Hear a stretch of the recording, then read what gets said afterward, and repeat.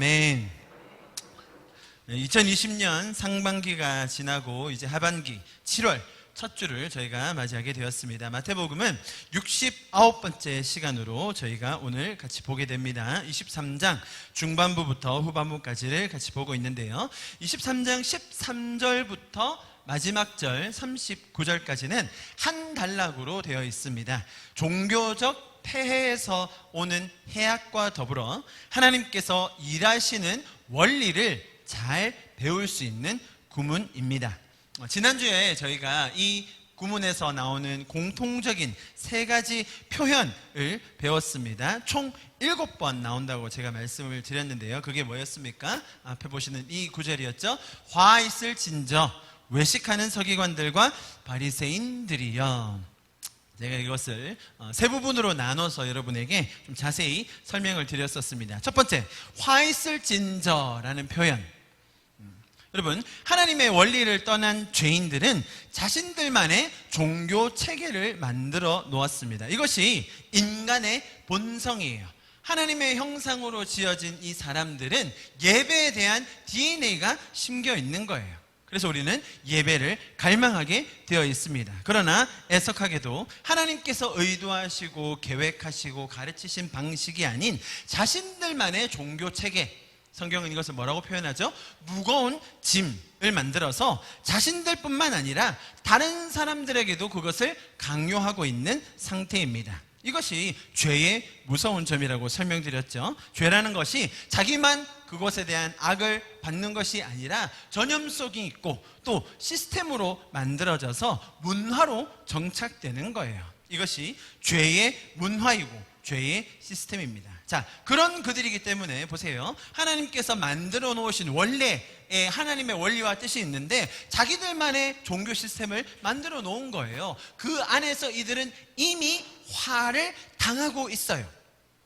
에덴에서 계획하여 놓으신 그 자유함, 기쁨, 만족, 하나님과의 친밀한 교제는 온데간데 없고 오로지 인간의 노력 또 열심만으로 구원을 이루어 보겠다는 이 무지와 아집만이 이들을 더 큰 함정으로 날마다 빠뜨리고 있는 것입니다. 그런 그들에게 다시금 이 죄적인 삶의 실체를 알려주시고 또 죄의 결과를 분명하게 지적해 주시며 복음으로 회복될 것을 기대하는 마음으로 예수님은 이들을 가르치고 계신 것입니다. 가장 인격적이신 하나님 또 사랑하시는 예수님께서 우리를 구원하기 원하시는 마음으로 죄인들을 가르치시고 또 치유하시고 인도하시는 이 모습이 오늘 장면에도 동일하게 이어지고 있는 것을 우리가 발견하게 되는 것입니다. 너희 나를 안 따랐다가는 내가 너희들한테 화를 내려버릴 거야. 내가 너희를 저주할 거야. 너희 나 떠났다가는 끝장날 줄 알아. 그런 겁을 주고 위협하는 말씀이 아니라 지금 이런 화를 당하고 있는 이들을 안타깝게 여기시고 또 불쌍히 여기시면서 이들을 돌이키기 원하는 그 마음을 우리도 배울 수 있기를 바랍니다. 자, 첫 번째 표현, 화 있을진저. 이것이 단순히 하나님이 우리를 저주하시고 우리를 나무라시고 우리에게 그런 하나님의 형벌을 내리시겠다는 겁주는 표현이 아니라고 설명을 드렸습니다. 두 번째, 외식하는 서기관들과 바리새인들이여에서 서기관들과 바리새인들, 제가 이것에 대해서 어떻게 설명드렸는지 기억하십니까? 두 가지를 설명드렸습니다. 첫 번째는 딱 볼 때 리더들에 대한 이야기라고 보여진다고 설명을 드렸죠. 맞는 부분도 있습니다만 이들의 속성은 나는 알아, 나는 잘해, 나는 죄인이 아니야. 사실 피조물로 지어진 우리는 하나님의 도우심과 인도하심, 특별히 하나님의 은혜가 없이는 살 수 없는 존재임을 깨달아야 하는데 이들은 그러지 못했죠. 우리가 지도자의 자리에 있지 아니하더라도 이러한 마음을 상실했을 때 서기관들과 바리새인들의 자리에 갈 수 있다라는 것을 기억해야 된다고 지난주에 설명드렸고요. 자세한 내용은 다음 주에 본문과 또 연결되기 때문에 더 설명드리도록 하겠습니다. 두 번째, 제가 바리새인들과 서기관들에 대해서 설명드렸던 것이 종교의 폐해였습니다. 적어도 지금 이 맥락 속에서는 일반적으로 세상에 적용되는 상황이 아니라 종교 내에서 행해지는 그런 폐해들, 종교가 끼칠 수 있는 악한 면을 설명하고 계신다는 것을 기억해야 합니다. 자, 이런 종교 시스템으로 이들이 어떤 만행을 저지르고 있었나요? 지난주에 봤던 13절과 15절인데요. 천국문을 사람들 앞에서 자기들이 닫아버리고 또 자기들도 안 들어가고 못 들어가고 심지어 나 천국 들어가고 싶어요 라고 달려오는 사람들에게도 문을 닫아버린다는 거예요. 그리고 바다와 육지를 두루 다니면서 교인을 한 명을 얻어가지고는 그들을 천국의 삶으로 인도하는 것이 아니라 어떻게 한다고요? 배나 지옥의 자식이 되게 한다고 이야기했죠. 자, 보십시오. 지금 이렇게 진리를 왜곡하는 대표로 상징되어 나오는 것이 이 유대교인데요. 유대교가 지금 오늘 말씀의 배경이 되는 거예요. 여러분, 사람들이 궁극적으로 평안을 누리고 또 인생의 의미를 찾는 것은 세상에 다른 학문에서는 나올 수가 없어요. 물론 많은 학문들이 세상을 이롭게 합니다. 당연히 좋은 역할들을 하죠. 그러나 궁극적인 존재의 목적, 우리 인간의 삶의 이유와 방향을 제시해 주지는 못하죠. 심지어 복음과 진리 외에는 다른 어떤 분야의 학문이라든지 철학들은 유익이 있다면 반드시 해도 따라오게 되어 있어요. 그 어떤 것도 그림자 없이 우리의 삶을, 인생을 풍요롭게만 해주지는 않습니다. 항상 그 안에 이권이 생기기 마련이고요, 그 안에 야망이 끼기 마련이죠.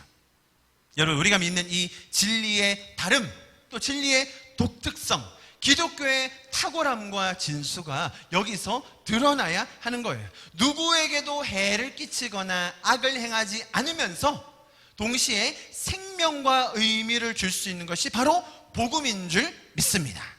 그런데 다른 것도 아니고 사람들이 가장 근본적으로 갈망해하고 추구하게 되어 있는 이 영적인 또 영원에 대한 영역을 왜곡하고 뒤트는 이 행위, 그 샘플, 당시의 배경이 누구라고요? 이 유대교 지도자들이었던 것입니다. 서기관들과 바리새인들이라고 말씀하셨죠.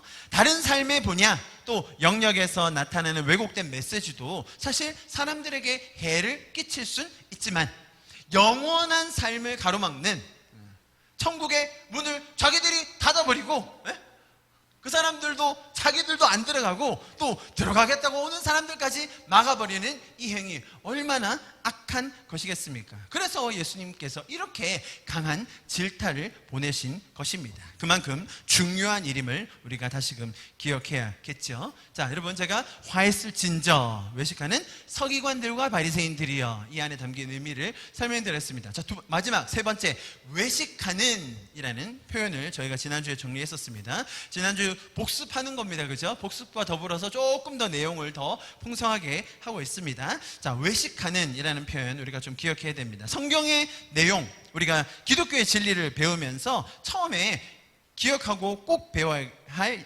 개념이 있습니다. 여러분, 인간은 절대로 스스로 이 구원이라는 것을 생각해낼 수 없습니다. 그래서 하나님께서 먼저 우리를 위해서 찾아오셨고 일하셨습니다.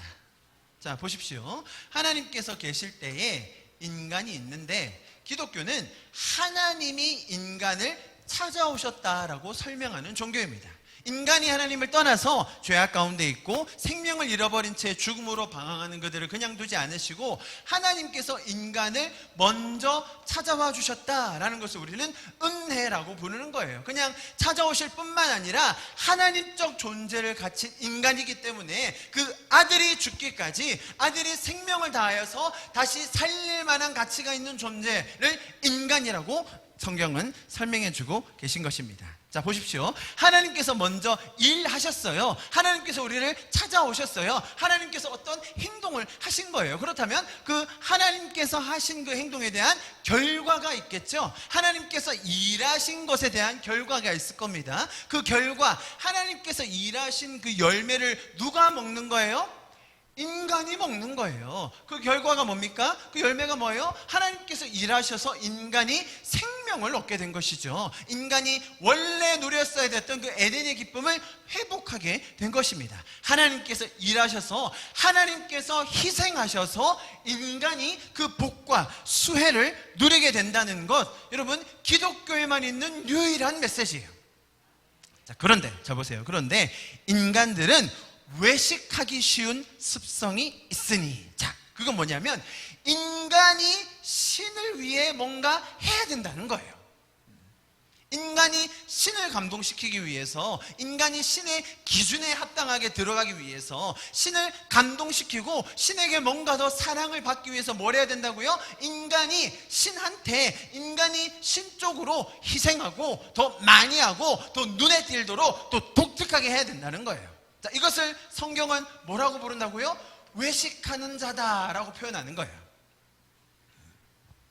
내가 이것을 다 지켜내야 되고 어느 정도 수준을 이루어야 되고 그만큼 성과를 보여야 신도 감동하고 신도 나를 흡족해하고, 그래서 신이 나에게 보상을 해 주실 거야 라고 생각한다는 거예요. 자, 여러분, 제가 유대교라는 배경 속에서 이런 설명을 드렸지만 세상의 모든 종교는 이 원리 위에서 진행되게 돼 있어요. 하나님은 이쪽으로 움직이시는데 다른 모든 종교, 세상 철학, 모든 것들은 다 인간이 신을 위해서 뭔가를 해야 된다라고 가르친다는 거예요. 세상의 어떤 신도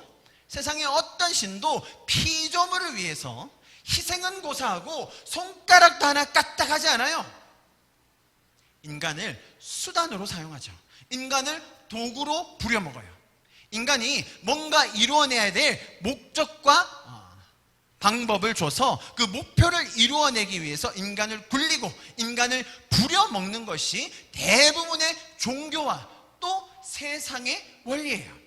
여러분, 기독교의 방향은 완전히 반대로 가는 거예요. 하나님께서 먼저 일하셨다는 겁니다. 여러분, 인간은 하나님이 있는지 하나님의 존재에 대해서 생각할 수도 없었어요. 왜요? 죽었거든요. 관계가 끊어졌거든요. 하나님에 대한 감이 없었어요. 그때 하나님께서 뭘 하십니까? 자, 이것을 기독교적인 용어로 계시라고 하는 거예요. 하나님이 인간에게 나타나 주시는 거예요. 하나님이 인간에게 나는 이런 자다, 나는 스스로 있는 자다, 내가 너희를 보호하리라, 내가 너희를 인도하여 주리라, 너희가 광야에 있더라도 내가 너를 끝까지 보호하리라 약속해 주시고 가르쳐 주시고 설명해 주시는 것, 그것을 뭐라고 한다고요? 계시라고 하는 거예요. 여러분, 다른 어떤 종교에도 이런 원리는 없는 거예요. 신이 자신을 인간에게 가르쳐 주는 거죠. 대부분의 종교는 어떻게 갑니까? 사람이 공덕을 쌓아야 돼요. 사람이 깨달음을 얻어야 돼요. 사람이 스스로 노력해야 되는 거죠. 그러면 신의 경지에 어느 정도 갈지도 모르겠다.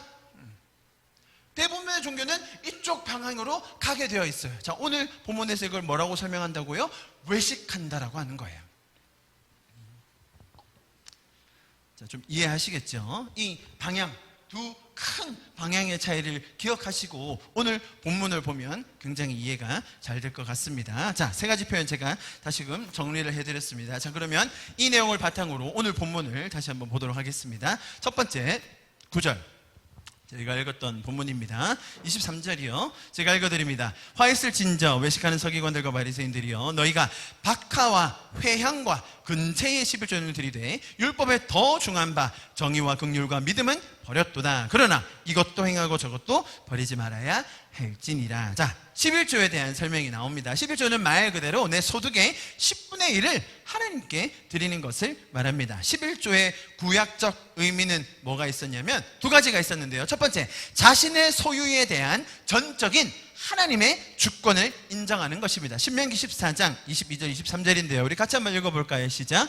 너는 마땅히 매년 토지 소산의 11조를 드릴 것이며 내 하나님 여호와 앞 곧 여호와께서 그의 이름을 두시려고 택하신 곳에서 내 곡식과 포도주와 기름의 11조를 먹으며 또 내 소와 양의 처음 난 것을 먹고 내 하나님 여호와 경외하기를 항상 배울 것이니라. 자, 우리가 열심히 해서, 우리가 잘나서, 내가 노력하고 수고해서 분명히 우리의 소산을 얻었겠죠. 그러나 그 건강 하나님이 주신 것이고, 그렇게 할 수 있는 환경 하나님께서 허락해 주신 것이고, 하나님께서 지금 우리를 여기까지 인도해 주신 것 우리가 믿음으로 고백할 수 있지 않습니까? 그것을 계속 기억하고 하나님을 경외하는 것, 그 정신이 11조 안에 묻어 있는 겁니다. 두 번째, 11조의 의미는 뭐냐면 이웃을 사랑하며 함으로 구제를 하고 또 성전을 운영하는 데 때 써라라는 것이 11조의 의미였습니다. 민수기 18장 우리 같이 한번 읽어봅니다. 21절요. 시작. 내가 이스라엘의 11조를 레위 자손에게 기업으로 다 주어서 그들이 하는 일 곧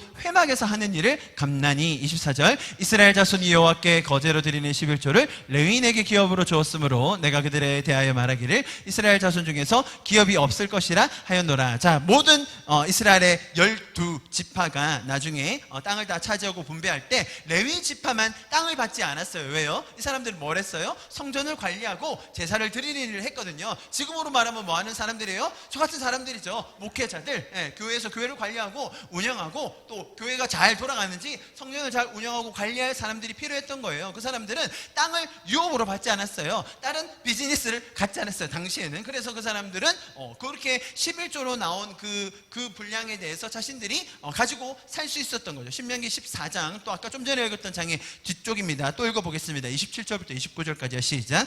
내 성읍에서 거주하는 레위인은 내 중에 분깃이나 기업이 없는 자이니 또한 저버리지 말지니라. 매 3년 끝에 그의 소산의 10분의 1을 다 내어 내 성읍에 저축하여 너희 중에 분깃이나 기업이 없는 레위인과 내 성중에 거류하는 객과 및 고아와 과부들이 와서 먹고 배부르게 하라. 그리하면 내 하나님 여호와께서 내 손으로 하는 범사에 내게 복을 주시리라. 자, 구약에서 말하는 11조의 두 가지 의미가 뭐라고요? 첫 번째, 내가 벌고 있는 것, 내가 지금 가지고 있는 건강, 나에게 지금 허락해 주신 환경, 맞아, 하나님께서 허락해 주셨지, 하나님께서 함께 해 주시지 라는 것에 대한 기억, 하나님을 경외하는 것, 우리가 하나님을 높여드리는 것에 대한 표현이라고 말씀드렸고요. 두 번째, 성전을 유지하고 또한 객과 고아와 과부들, 불쌍한 이웃들, 필요가 있는 이웃들을 섬기기 위한 것으로 11조라는 것을 하나님께서 말씀해 주셨습니다. 자, 이것이 아주 간략한 11조에 대한 개념이었습니다. 자, 그런데 아주 재밌는 장면이 나옵니다. 이 바리새인들과 서기관들이 뭐에 11조를 드렸다고 되어 있습니까? 제가 색깔로 표현했습니다. 박하와 회향과 근체에 11조를 드렸다. 이게 뭘까요? 박하가 뭡니까, 여러분? 박하? 향신료죠. 향신료, 우리가 지금 말하는 박하. 또 회향은 미나리과의 식물인데요, 조미료로 사용된다네요. 근채도요, 1년생 식물로 양념하는 데 많이 쓰인다고 합니다. 자, 보십시오. 원래 율법이 요구하는 11조는 짐승 혹은 곡물, 열매에 대한 10의 1조를 드리라고 설명이 되어 있습니다. 이런 풀떼기에 대한 설명은 안 나와 있었어요. 풀은 뭐 이렇게 꼭 필요한 게 아니잖아요. 그죠? 뭐 양념하고 이렇게 향신료로 쓰는 거니까 있어도 그만 없어도 그만인데, 이 서기관들과 바리새인들은 유독 난 이 향신료의 10분의 1까지도, 이 조그만 양념의 10분의 1까지도 드려야겠다라고 하면서 꼭 다 챙겨드리고 있었다는 거예요. 자, 이렇게 아주 사소한 것까지 정말로 세밀하게 챙겨서 10분의 1을 드렸는데요, 잘한 걸까요? 잘못한 걸까요? 여러분, 지나가다가 땅에서 10,000원을 주었어요. 10,000원 주워 보셨습니까? 저는 줘본 적인데 엄청 기분이 좋더라고요. 10,000원을 주었어요. 1,000원 11조 내실 거예요, 안 내실 거예요? 내가 번 돈 한 200만 원, 300만 원에서 20만 원, 30만 원 떼는 거야. 뭐 자연스럽게 됐는데 10,000원 주은 거에 대해서 1,000원을 딱 떼서 11조를 낼 건가 안 낼 건가? 어릴 때 부모님들이 많이 얘기하시잖아요. 100원 주시면서 10원을 11조로 떼야 돼. 그 동전 교환하는데도 돈이 더 들겠어요? 자, 이들은 왜 이렇게 했을까요? 잘 보십시오. 11조의 원래 목적이 뭐였다고요? 첫째, 하나님을 경외하는 것. 둘째, 성전을 유지하고 또 이웃들을 섬기는 것이라고 했습니다. 자, 서기관들과 바리새인들은 정말 이 목적에 충실하기 위해서 이런 세부적인 항목들을 넣어서 11조를 드렸을까요? 예수님께서 이들을 질책하셨던 이유가 있는 거죠. 잘 보십시오, 여러분. 제가 이 그림을 설명드렸습니다. 이들은 이렇게 오는 것을 감사하기 위해서 박하와 회향과 근처의 11조를 드렸습니까? 아니면 나 이렇게 잘하고 있어요, 나는 이런 것까지 해요, 너희는 박하의 11조 드려봤어? 나는 이 정도 하는 사람이야, 하나님 나 이렇게 하는데 예쁘죠? 이 정도면 하나님 마음에 쏙 들지 않나요? 자, 이들이 왜 하는지 이해가 되시죠? 사람 쪽에서 뭔가를 더 해야 되고 뭔가를 더 극단적으로 하면 하나님이 나를 좋아해 주실 거야. 이들이 말했던 건 그러면 내가 구원받을 확률이 더 늘어날 거야 라고 생각했다는 거예요. 방향이 틀린 겁니다. 자, 그래서 예수님은 그 근본적인 이유에 대해서 다시 설명해 주고 계신 거예요. 자, 보시면 예수님께서 아주 재미있는 말씀을 하십니다. 보십시오. 율법에 더 중한 바라고 설명하고 계세요. 자, 너희가 그런 식으로 11조를 드리고 있는데 율법에 더 중요한 것이 있다. 그것이 뭐라고요? 정의와 긍휼과 믿음이라는 거예요. 여러분, 11조 드리는 것보다 더 중요한 율법, 11조 내는 것보다, 헌금 내는 것보다 더 중요하게 지켜야 될 것 있다고요? 없다고요? 있다는 거예요. 하나님께 헌금을 드리고 11조 드리는 것보다 더 중요하고 더 가치 있게 여겨야 될 게 있다는 겁니까? 있다는 거예요. 율법에는 더 중요하고 또 마찬가지로 덜 중요한 것도 있다는 거죠. 자, 시험 문제에 뭐가 제일 중요한지 1번부터 613개 중에 다 순서대로 쓰시오 라고 내시지 않습니다. 하나님께서는 너무나 심플하게 가장 중요한 것, 우리가 가장 으뜸으로 여겨야 될 것, 그게 뭐라고요? 여기서 표현을 빌리자면 정의와 긍휼과 믿음이라는 거예요. 이것을 신약적인 표현으로 하면 한마디로 사랑이라는 거죠. 가장 중요한 것을 설명해 주시기 위해서 나머지 것들도 다 보여주신 거예요. 가장 소중한 것을 우리에게 인지시켜 주기 위해서 나머지 것들도 다 예를 들어 주신 것이죠. 그만큼 심플하게, 그만큼 소중한 것을 우리에게 설명해 주시는 것이 하나님의 방식이에요. 613가지를 쫙 나열해가지고 시험쳐가지고 분류하고 구분짓고 어떤 것이 더 소중한가 나누는 것이 하나님의 뜻이 아니라, 그것이 유대인들이 하던 행동이었는데 그것이 아니라 가장 중요한 게 있다는 거죠. 율법에 더 중요한, 가장 중요한 것이 있다는 것을 설명해 주고 계시는 겁니다. 자, 이 세 가지 단어, 정의와 긍휼과 믿음, 자, 이것을 예수님께서 설명해 주셨는데요, 이것에 대해서 한번 살펴보겠습니다. 첫 번째, 정의. 여러분, 정의가 무엇입니까? 여러분, 정의하면 어떤 개념이 생각나시나요? 흔히들 정의, 공의라고 하면 어떤 걸 떠올리냐면 하나님이 죄인들을 처벌하시고 악인들을 멸하신다고 생각해요. 공의라고 하면 경찰관이 선글라스 끼고 딱 나와가지고 도둑놈들을 잡는 그런 이미지를 떠올리기가 쉽죠. 여러분, 기독교에서 말하는 정의는 조금 다릅니다. 성경이 말하는 정의, 기독교가 말하는 공의는 하나님께서 아들을 보내셨다는 거예요. 죄로 인해 죽어 마땅한 우리였지만 그것을 그냥 두지 않으시고 아들을 보내심으로 그분의 사랑으로 우리가 받아야 할 처벌을 대신 감당하셔서 우리를 살리셨다, 우리에게 생명을 주셨다. 그것이 성경이 말하는 정의라는 거예요. 그들이 자격이 되고 능력이 되고 미래가 보장된 사람들이어서 준비가 잘 되었기 때문에 가능성을 보고 아들을 보내셨습니까? 아니라는 거예요. 이것이 그래서 전적인 은혜라는 거죠. 이 사람들은 하나님적 존재같이 하나님의 형상으로 지어졌기 때문에 살려야 할 존재 이유가 있다는 거예요. 이 사람들이 잘나고 멋지고 학력이 좋고 지적으로 뛰어나서 그런 것이 아니라 하나님께서는 전적인 은혜로 우리에게 정의를, 하나님의 공의를 베풀어 주셨다는 거예요. 그래서 일방적으로 주시는 하나님의 은혜였어요. 세상에서 말하는 정의는 흔히들 잘한 자에게는 상 주고 못한 자에게는 벌 주는 개념일 때가 참 많아요. 그죠? 잘했으니까 상을 줘야 되고 보상을 줘야 되고, 못한 자들에게는 그게 합당한, 죄를 지었으면 벌을 내려야 되지 않겠어요? 말합니다. 그리고 성경에서도 그렇게 가르친다고 생각할 때가 많습니다. 여러분, 기독교의 정의의 개념은 완전히 반대적인 방향입니다.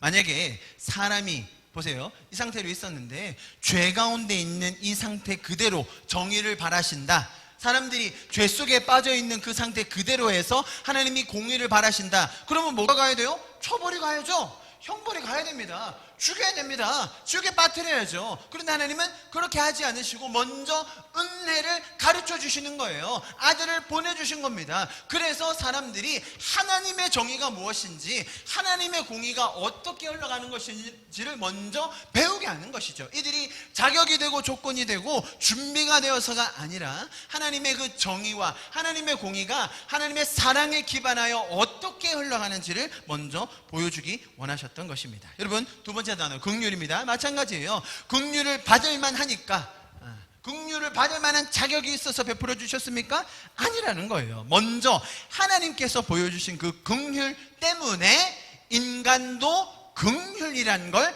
배울 수 있게 된 거예요. 우리가 많이 들어본 구약의 헤세드라는 단어를 번역한 것이 오늘 나온 이 긍휼입니다. 헤세드는 구약 성경에서 이스라엘 백성들에게 베푸시는 하나님의 사랑과 긍휼, 인애를 나타낼 때 사용되었습니다. 하나님 쪽에서 인간에게 한없이 부어주시는 그 긍휼.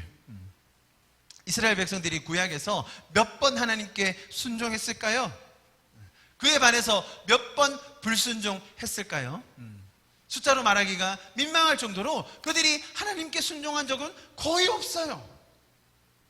눈실껏 찾아도 하나 정도 찾을까요? 그러나 순종하지 않았던 건 너무 많아서 손가락으로 다 셀 수가 없죠. 자, 그 상황에서 만약에 그들이 순종했기 때문에 긍휼을 내려주셨고 그들이 잘 따랐기 때문에 인애를 베풀어 주셨다면 하나님의 인애와 긍휼도 그러면 우리 하기 나름이네, 우리가 이쪽으로 잘해야 되네, 그래야 우리가 인애도 받고 은혜도 받는 거네 라고 생각했겠죠. 그러나 하나님께서는 우리가 아직 죄인 되어 있을 그때에, 우리가 하나님의 뜻도 모르고 하나님의 방법과 원리도 모를 그때에 전적으로 우리에게 이 긍휼을 베풀어 주셨다는 겁니다. 그 긍휼을 우리도 배워서 우리 이웃들에게 그대로 나누어 줄 수 있는 것, 이것이 기독교의 놀라운 열매라고 할 수 있습니다. 자, 마지막 정의, 긍휼, 믿음입니다. 자, 믿음은 어떻습니까? 대부분의 사람들은, 잘 보십시오. 여러분 너무 똑같아요. 믿음을 보이려고 해요. 누구한테? 하나님한테. 믿음을 더 화끈하게 보여가지고 내가 더 극단적인 믿음이 있어서, 화끈하고 열정적인 믿음이 있어서 하나님이 나에게 복 주시겠지? 라고 생각해요.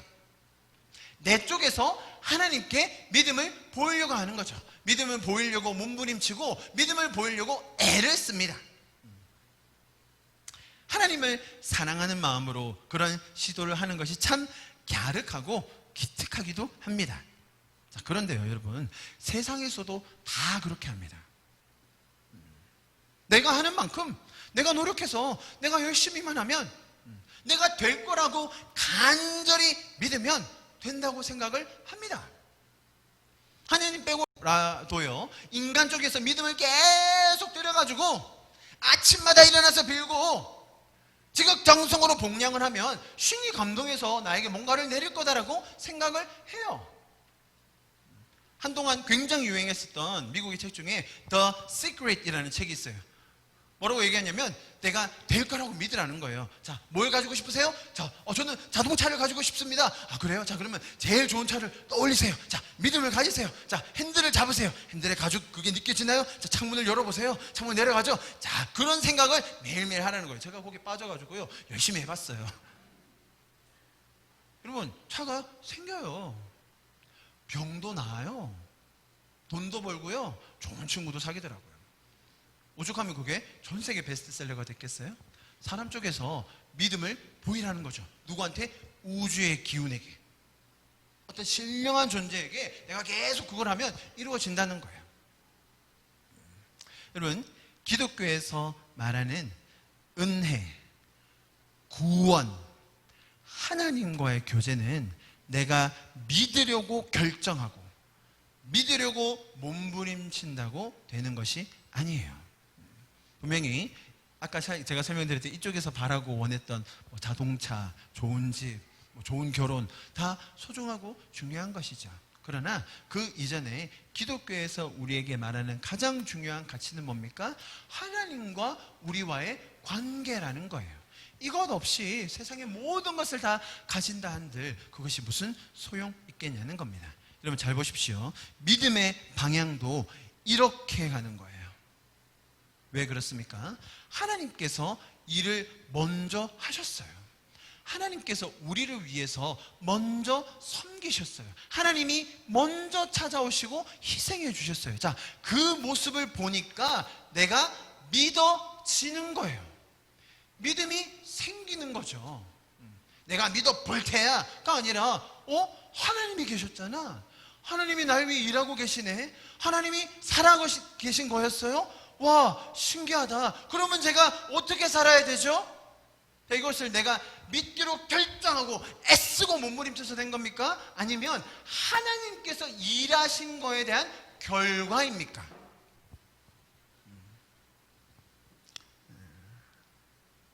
그렇게 생기게 된 믿음, 그 하나님이 주신 믿음으로 인해서 내 삶이 더 풍성해지는 겁니다. 왜요? 하나님과의 그 생명의 관계가 생겼거든요. 하나님께서 우리의 삶을 계획해 놓으시고 인도해 놓으신 그 원리를 발견하게 됐거든요. 하나님을 믿는 믿음이 생겼기 때문에 내 삶에 더 큰 평안과 기쁨이 넘치게 되는 줄 믿습니다. 자, 보십시오. 이렇게 하나님 쪽에서 흘러나온 뭡니까? 긍휼, 또 정의, 또 믿음. 자, 이런 것들을 이해하고 또 삶에서 맛본 사람들이 표현할 수 있게 되는 것. 하나님이 나에게 이렇게 해주셨구나. 하나님이 나를 이토록 사랑해 주셨구나. 아들을 보낼 만큼 긍휼을 베풀어 주셨구나. 그것을 경험한 사람이 하게 되는 반응이 뭡니까? 예배예요. 찬양이죠. 감사예요. 선교입니다. 헌신도 할 수 있어요. 그 중에 하나가 뭐예요? 내가 제 정도 감당할게요. 헌금이 되는 거죠. 11조가 될 수 있는 겁니다. 내가 뭔가를 얻어내기 위해서 안 하면 빼앗길까봐 그렇게 하는 것이 아니라는 것을 꼭 기억해야 됩니다. 오늘 이 방향 확실히 기억하시겠죠? 내가 하나님께 뭔가를 뜯어내기 위해서 내가 이렇게 했으니까, 내가 이만큼 했으니까 달라고요. 내가 이렇게 한 거 안 보셨어요? 나 정도는 챙겨주셔야죠. 내가 이렇게 했는데 내 사업 망하게 하시면 안 되는 거 아니에요? 사람의 심리는 항상 그렇게 가는 겁니다. 그러나 성경은 이쪽 방향을 먼저 기억해야 됨을 우리에게 가르쳐주고 있는 것입니다. 옛날에 많은 봉사분들이 이 구절로 11조를 항상 강조하곤 하셨습니다. 저도 어릴 때 봉사분들만 오시면 이 말씀 구절을 얼마나 많이 들었는지 정말로 많이 들었어요. 같이 한번 읽어봅니다. 말라기서 3장 10절 말씀 시작. 만군의 여호와가 이르노라, 너희의 온전한 11조를 창고에 들여 나의 집에 양식이 있게 하고 그것으로 나를 시험하여 내가 하늘문을 열고 너희에게 복을 쌓을 곳이 없도록 붙지 아니하나 보라. 여러분, 11조를 드려야 어떻게 하신다고요? 이렇게 시험을 해야 하나님이 복을 붙나 안 붙나 한번 시험해 보라잖아요. 자, 우리 시험해 봅시다. 아니, 10에 1조를 드리면 이만큼 복을 주시면, 그러면 10에 2조를 드리면요? 제가 그 말에 껌뻑 속아가지고 신혼 때 10에 3조를 드렸어요. 3조를. 야, 그때 월급 얼마 되지도 않는데 간사 시절에 얼마나 열심히 헌금을 드렸는지. 왜? 내가 보여드리고 싶더라고요. 하나님께. 와, 하나님, 제가 이 공피파 와중에도 어떤 선교사님 오시고 자기가 10에 2조 한데 막 자랑을 하더라고요. 그래서 도전하시는 거예요. 사역자들 해보라고. 또 안 할 수가 있나요? 사역자인데 한번 해보는 거죠. 열심히 해봤습니다. 정말 도에 지나치도록 많이 드렸어요. 박하와 해안과 그때 제가 헌금을 하나씩 구분해가지고 얼마나 제가 또 자동이체도 안 했어요. 일부러 내가 노력을 보이리라, 정성을 들이라 해가지고 일일이 계좌에 차면서 말라기서의 이 말씀 동일합니다. 하나님께서 어떤 심정으로, 어떤 마음으로 이 말씀을 하셨을까요? 얘들아, 내가 이렇게 너희를 보호하고, 지금 여러분 말라기입니다. 구약의 제일 마지막이에요. 내가 너희를 이렇게 보호하고 이렇게 인도하여 주고, 너희가 광야를 지날 때 발이 부르트지 않고 옷이 헤어지지 않고 날마다 때마다 먹을 것을 주며 구름기둥과 불기둥으로 인도했는데 아직도 나를 못 믿겠니? 아직도 나를 이해하지 못하겠니? 나는 살아있는 하나님이다. 너희가 나한테 이것만 해봐라. 이거라도 해봐라. 그러면 내가 너희를 보호하는지 복을 주는지 안 주는지 날 좀 시험해봐라. 이거를 조건으로 보셔서, 자, 지금부터 11조 하는 사람은 내가 복 줍니다 라고 하는 조건적인 구절이 아니라 하나님의 그 한탄, 하나님의 그 호소, 인간을 향한 하나님의 그 절규함이 묻어나는 것이 이 구절이라는 거예요. 조건으로 걸어놔서 11조 하는 사람은 복 받고 10에 2조 하는 사람은 2배를 받고가 아니라 하나님이 얼마나 안타까우셨으면 나라도 좀 시험해봐라, 이런 사소한 거라도 좀 시험해봐라. 여러분, 그 마음이 느껴지지 않습니까? 여러분, 구약에서 하나님께서 일하셨던 순서가 동일합니다. 먼저 출애굽 시켜주셨어요. 우리를 구원해 주셨습니다.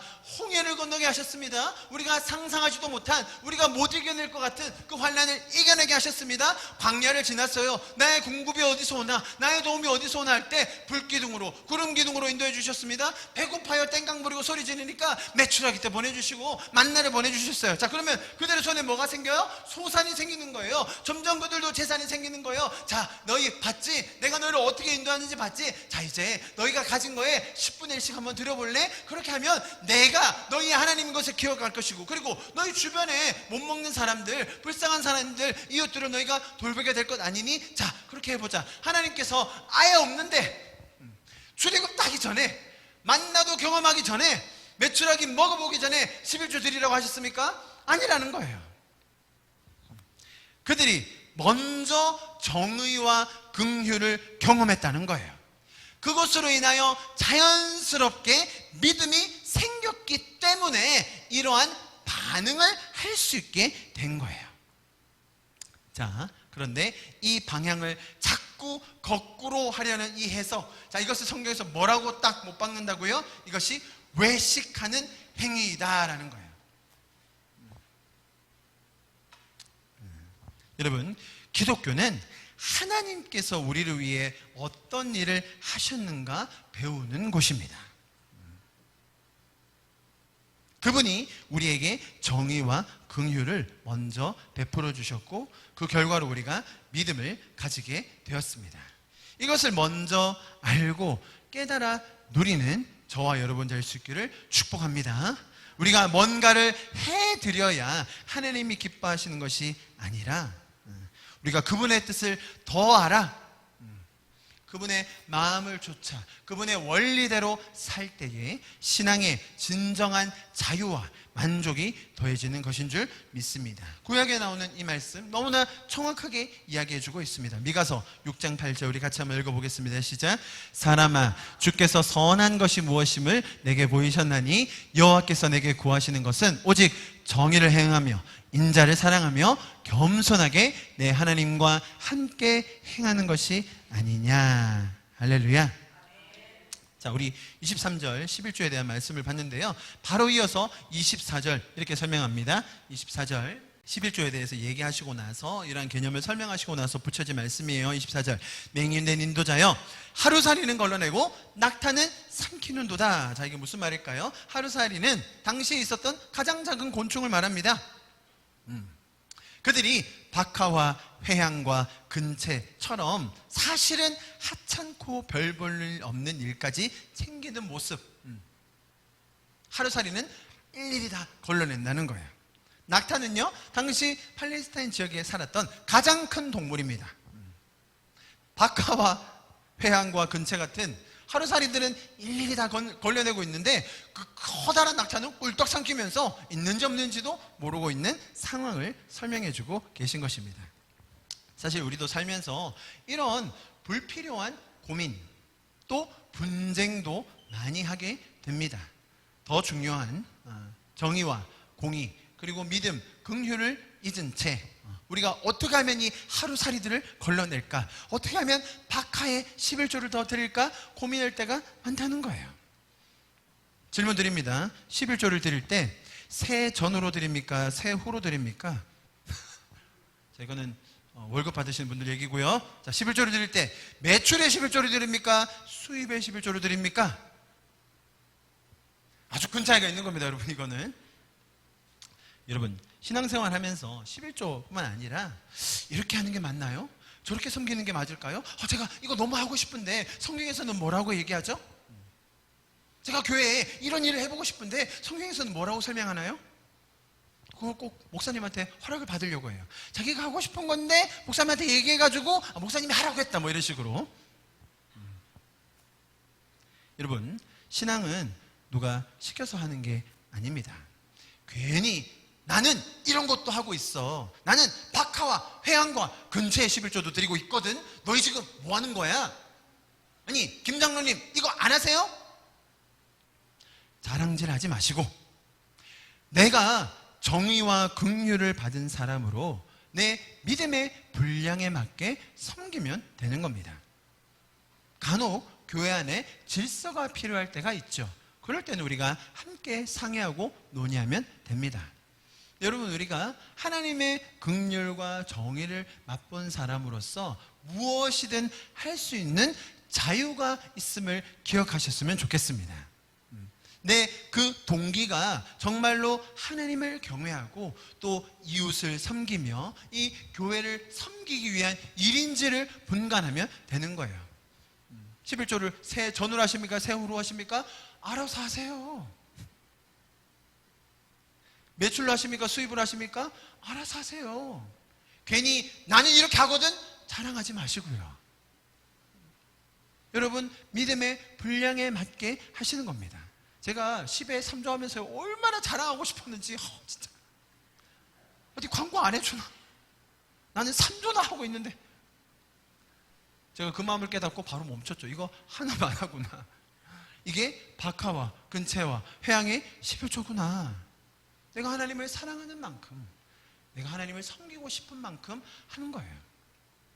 할렐루야. 로마서에서 이렇게 정확하게 이야기해 주고 있습니다. 로마서 13장 8절과 10절 우리 같이 한번 읽어봅니다. 시작. 피차 사랑의 빚 외에는 아무에게든지 아무 빚도 지지 말라. 남을 사랑하는 자는 율법을 다 이루었느니라. 할렐루야. 10절 시작. 사랑은 이웃에게 악을 행하지 아니하나니 그러므로 사랑은 율법의 완성이니라. 이것이 신약적인 표현인 거예요. 우리가 사랑을 받은 만큼 우리도 사랑할 수 있는 존재가 된 거예요. 그죠? 내가 사랑을 많이 하면 내 지위가 올라가고, 내가 많이 드리면 더 높은 곳을 차지하는 것이 아니라 이 낮은 나를 위해 은혜를 베풀어 주신 주님 때문에 내가 이 은혜를 사람들에게 세상에 나눌 수 있는 것, 내가 교회를 섬길 수 있는 것, 내가 열방을 사랑하고 섬길 수 있는 것, 그 마음의 동기가 여기에서 흘러나온다는 것이죠. 화살표의 방향이 이렇게만 가서는 안 된다는 겁니다. 신약적인 표현으로 이렇게 사랑으로 정리해주고 있습니다. 자, 그 다음 나머지 구절들은 사실은 똑같은 이야기를 하고 있습니다. 무슨 말이냐면, 우리는 본질을 망각한 채 외적인 형식과 행위에 치중할 때가 너무 많다는 거예요. 안에서 썩어가고 내면에 죽어있는 본질을 살리기 위한 진리를 알지 못한 채 겉을 가꾸려는 노력만 하는 것이 세상의 원리라는 겁니다. 여러분, 아무리 유명한 자리에 앉아있고 아무리 대단한 권력을 가지고 있고 세상의 모든 사람이 가져보지 못한 부를 가졌다 한들 그 안이 탐욕과 방탕으로 가득하고 또 그 안에 죽은 사람의 뼈와 더러운 것들만 가득하다면 무슨 소용이 있겠습니까?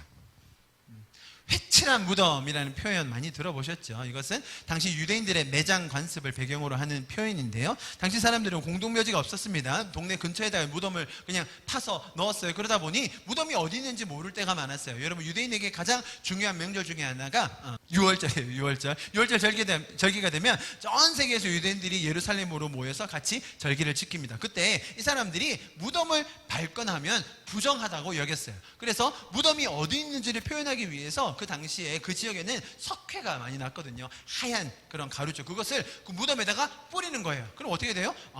허연 게 보이니까 여기는 무덤이구나 하고 피해갈 수 있었던 거죠. 그런데 하얀 가루를 뿌리니까 다른 땅에 비해서 햇빛이 비추고 하면 반짝반짝 예쁘게 보였던 거예요. 겉은 회칠한 무덤 같이 예뻐 보일 수 있으나 그 안에는 뭐가 있다고요? 시체가 가득한 거예요. 죽은 사람의 뼈만 있는 거죠. 우리 안에 있는 이 더러운 방탕과 또 죽어있는 시체들을 보지 못한 채 겉으로만 꾸미고 애쓰려고 하는 것, 내 자신을 증명하려고 하는 것, 그 안에는 생명의 열매가 있지 못합니다. 하나님께서 먼저 찾아오신 이 은혜, 하나님과의 이 관계를 회복하여 생명을 얻어, 그죠? 내 내면의 생명과 기쁨이 넘쳐날 때 당연히 내 외면도 편하게 되는 것입니다. 할렐루야. 우리가 이 성령의 열매, 하나님께서 일하신 것을 기억하고 또 그것을 누리며 나누며 살 때 나오는 이 열매를 더 풍성하게 맺고 또 나누는 저와 여러분 될 수 있기를 축복합니다. 여러분, 문제는 이것을 자꾸 반대로 외식하는 행위로 하게 될 때 이 안에도 죽음의 열매가 나온다는 거예요. 유대인들이 계속 만들어냈던 사람들 앞에서 천국의 문을 닫아버리고 자기들도 못 들어가고 막 자기들이 찾아가지고 배나 지옥 자식이 되게 하는 그런 죽음의 열매를 맺게 된다는 그 말씀도 꼭 기억해야 될 줄 믿습니다. 본질이 아닌 것에 목숨을 걸게 하고 또 그런 것들로 인하여 분쟁하게 하는 그런 문화를 우리가 경계해야 될 줄 믿습니다. 너무나 중요한 가치, 하나님께서 우리를 위하여 먼저 일하셨다는 그 복음의 메시지를 항상 기억하는 우리 교회가 되기를 축복합니다. 아멘. 우리 좀 말씀을 마무리하고 기도하고 예배를 마치도록 할 텐데요. 이 죽어있는 내면도 보지 못하고 겉만 치중하는 데 열중하는 세상에 정말로 생명을 줄 수 있는 귀한 복음의 메시지가 전해질 수 있기를 함께 기도합시다. 예수님께서 말씀하시는 이 놀라운 가르침, 하나님으로부터 먼저 오는 이 정의와 긍휼, 그것으로 인하여 믿음을 가지게 된 우리의 삶에 대하여 더 감사하고 또 그분의 일하심을 기억하며 날마다 우리의 삶에서 풍성한 사랑의 열매를 맺어가는 저와 여러분 될 수 있기를 축복합니다. 할렐루야. 아멘. 함께 찬양합시다. 무한 시절 지날 때, 무한 시절 지날 때, 깊은 한숨 내쉴 때, 그런 풍경 보시며 안식하는 분이 있네. 그와 같이 너희를 버려두지 않으리. 내가 너희와 영원히 함께하리라. 성령이 오셨네. 성령이 오셨네. 내 주에 보내신 성령이 오셨네. 우리 인생 가운데 주님 찾아오셔서 그 나라 꿈꾸게 하시네. 억눌린 자 갇힌 자, 자유함이 없는 자, 피난처가 되시는 성령님 계시네. 아멘. 주의 영이 계신 곳에 잠자유가 있다네. 진리의 영이신 성령이 우리 다시 한번 찬양합시다. 주의 영이 계신 곳에, 주의 영이 계신 곳에 잠자유가 있다네. 진리의 영이신 성령이 오셨네. 성령이 오셨네.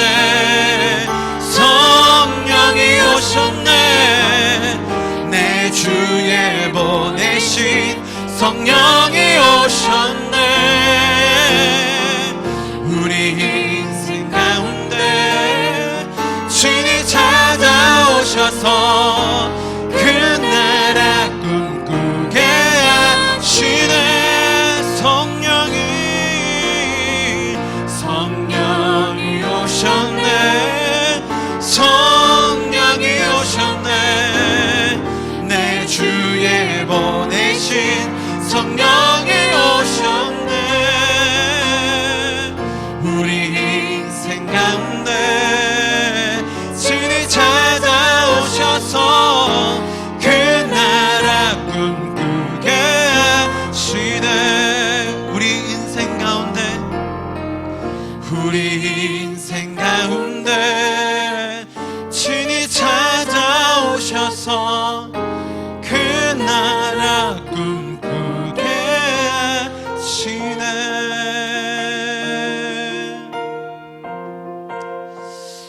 저도 죽을 수밖에 없는 죄인이었고 세상에 허황된 것, 사라질 것, 영원하지 않은 그것들을 바라며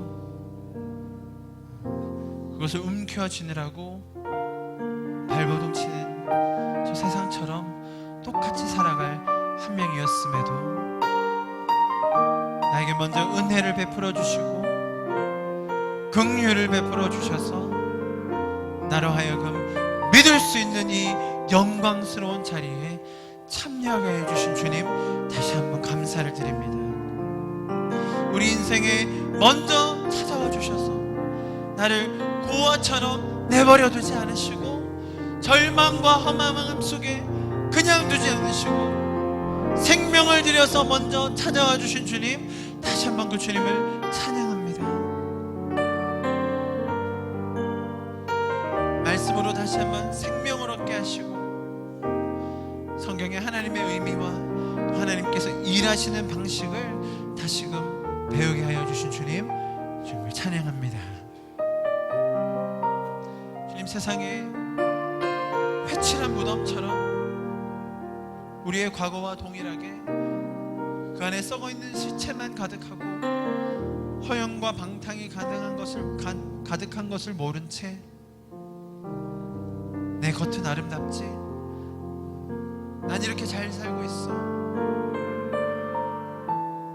라고 하며 세상을 방황하고 있는, 시간을 허비하고 있는 수많은 영혼들 속에 주님의 이 진리의 말씀, 생명의 복음이 더 전해질 수 있기를 간절히 기도합니다.